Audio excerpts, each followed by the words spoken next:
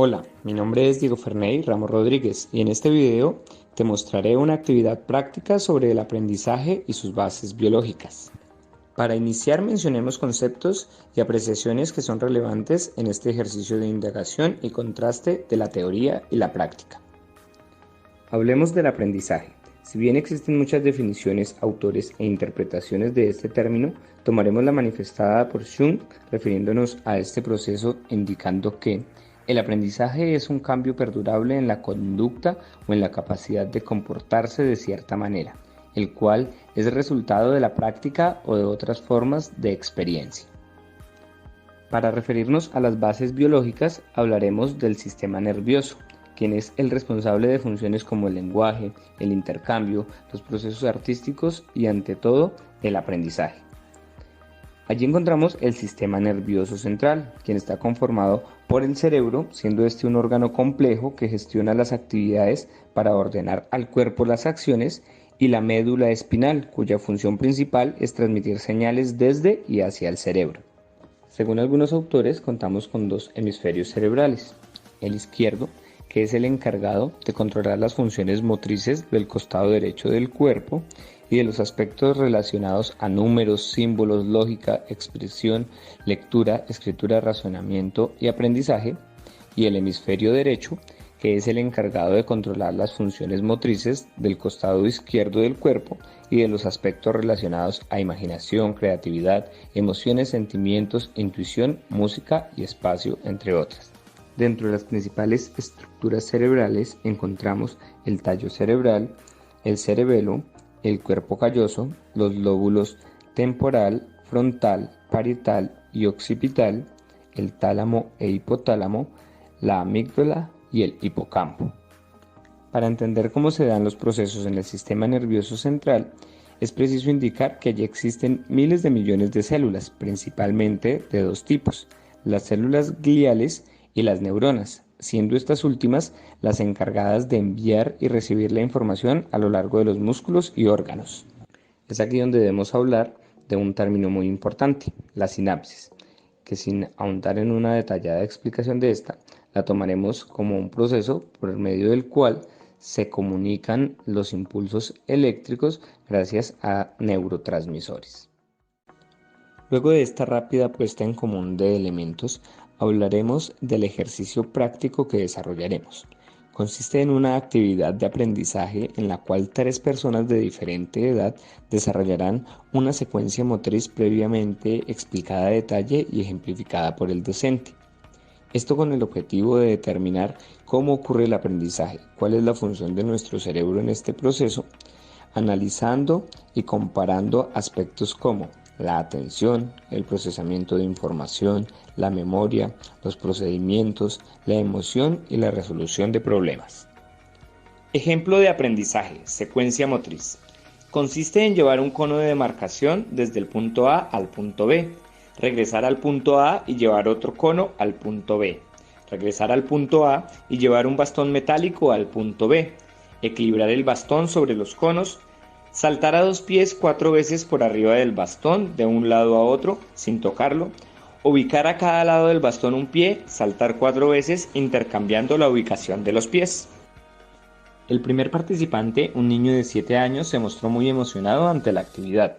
Prestó atención a la explicación, pero no alcanzó a captar la totalidad de información de lo que debía realizar. Solicitó se le explicara de nuevo el ejercicio y realizó un par de preguntas puntuales sobre cómo ejecutar algunos movimientos.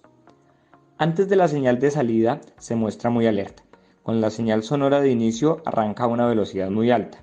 Lleva los objetos con la mano dominante, consigue un adecuado manejo del equilibrio del objeto utilizando las 2 manos. Inicia los saltos pero no logra calcular adecuadamente la distancia y derriba el objeto.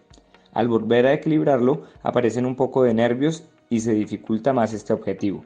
Al lograrlo reinicia el conteo de los saltos a 2 pies y los culmina. Adopta la posición para los saltos con un pie a cada lado e inicia. Vuelve a derribar el objeto y demuestra un poco de frustración e inconformidad consigo mismo. Retoma y finaliza la actividad. El segundo participante, un joven de 16 años, no demuestra mucha emoción ante la explicación. Presta atención y manifiesta haber comprendido la información. Antes de la señal de salida se muestra muy tranquilo.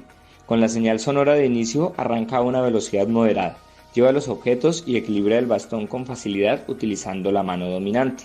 Realiza los saltos a 2 pies sin derribar el objeto, adopta la posición para los saltos con un pie a cada lado y lo realiza de forma calmada utilizando la acción de rebote o pivoteo. El tercer participante, un adulto de 39 años, no demuestra emoción ante la explicación. Se muestra muy atento y manifiesta haber comprendido la información. Antes de la señal de salida se muestra tranquilo y alejado de los objetos. Con la señal sonora de inicio arranca a una velocidad moderada. Incluye un leve desplazamiento hacia atrás para no dar la vuelta en el punto B. Lleva los objetos y equilibra el bastón con facilidad utilizando las 2 manos. Realiza los saltos a 2 pies de forma pausada sin derribar el objeto. Realiza una transición en salto para adoptar la posición de un pie a cada lado y los realiza de forma calmada. Comparación y conclusiones.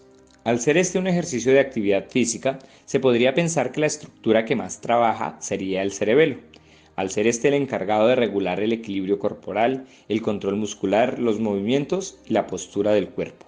Pero cabe destacar que para que un proceso de aprendizaje se dé, todo el conjunto del sistema nervioso debe ponerse en marcha. En este caso, encontramos que el aprendizaje ocurre cuando las personas reciben una información, la analizan, la codifican, la estructuran, la ejecutan desde sus posibilidades corporales y solucionan las situaciones que en ellas se presentan. Durante la explicación de la actividad, aspectos como la emoción y la motivación se ven mucho más marcados en el niño que en el joven y el adulto. Esto se puede deber a que la amígdala está más activa y a que a esta temprana edad permite expresar con mayor facilidad las emociones. Por otro lado, para el sistema de procesamiento de la información de un niño, esta situación es más novedosa, diferente y atractiva que para los adultos. El trabajo de los lóbulos en el procesamiento de información, con el lóbulo occipital procesando la información visual, el lóbulo parietal procesando la información táctil, el lóbulo temporal procesando la información auditiva y el lóbulo frontal procesando la información para la memoria, la planeación y la toma de decisiones, se podría decir que está bien desarrollado en el joven y aún más en el adulto, mientras que en el niño no lo está al mismo nivel, por lo cual la atención se muestra dispersa o incluso requiere de una nueva explicación o la resolución de interrogantes. Por su parte, la corteza cerebral y el hipocampo, encargados de un aspecto tan importante como lo es la memoria y sus diferentes tipos, se vieron en este ejercicio mucho más activos en el joven y el adulto, quienes desarrollaron la actividad de forma continua sin ninguna alusión al tema.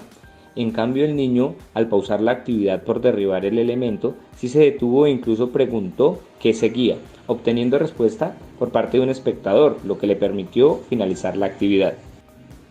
En cuanto a los procedimientos llevados a cabo, la corteza y el cerebelo trabajaron en conjunto para la coordinación de los movimientos requeridos. Se evidenció un nivel de precisión en los movimientos, un dominio del esquema corporal y de los segmentos corporales directamente proporcional a la edad. Cabe resaltar que el adulto de este ejercicio puntual es una persona sana y activa que practica deporte regularmente y que por ende tiene una excelente condición física para su edad. Según fuentes de consulta y estudios, si hubiésemos tenido la participación de alguien de avanzada edad o que no estuviese familiarizado con la actividad física de forma regular, el resultado sería una evidencia de cierta dificultad en este aspecto para esa persona. En la velocidad de ejecución total, quien empleó el menor tiempo fue el adulto. Aunque realizó cada parte de la actividad de forma pausada, fue más eficiente al no perder tiempo entre un movimiento y la preparación para el siguiente. Luego estuvo el joven, quien tenía una velocidad constante pero medía un poco más cada acción, y por último el niño, quien en los movimientos individuales demostraba más velocidad, acción que lo llevó a no calcular el espacio-tiempo de forma adecuada, por lo cual derribó los objetos en 2 ocasiones. Para finalizar, es preciso señalar que en esta actividad se evidencian amplias diferencias en un mismo ejercicio de aprendizaje de la secuencia motriz propuesta, y que esto se debe a múltiples aspectos como grado de madurez cerebral dada por la edad de los participantes, la neuroplasticidad que cada uno ha desarrollado y la cantidad de procesos sinápticos que se adelantaron para la resolución de un problema o situación planteada. El ejercicio nos permite observar la gran incidencia de las bases biológicas en el complejo proceso de aprendizaje y nos deja la reflexión de que entre más conozcamos de este tema, más herramientas tendremos para desenvolvernos ante una situación educativa que requiera el contexto en el cual nos desempeñamos. Muchas gracias por acompañarnos en este enriquecedor ejercicio.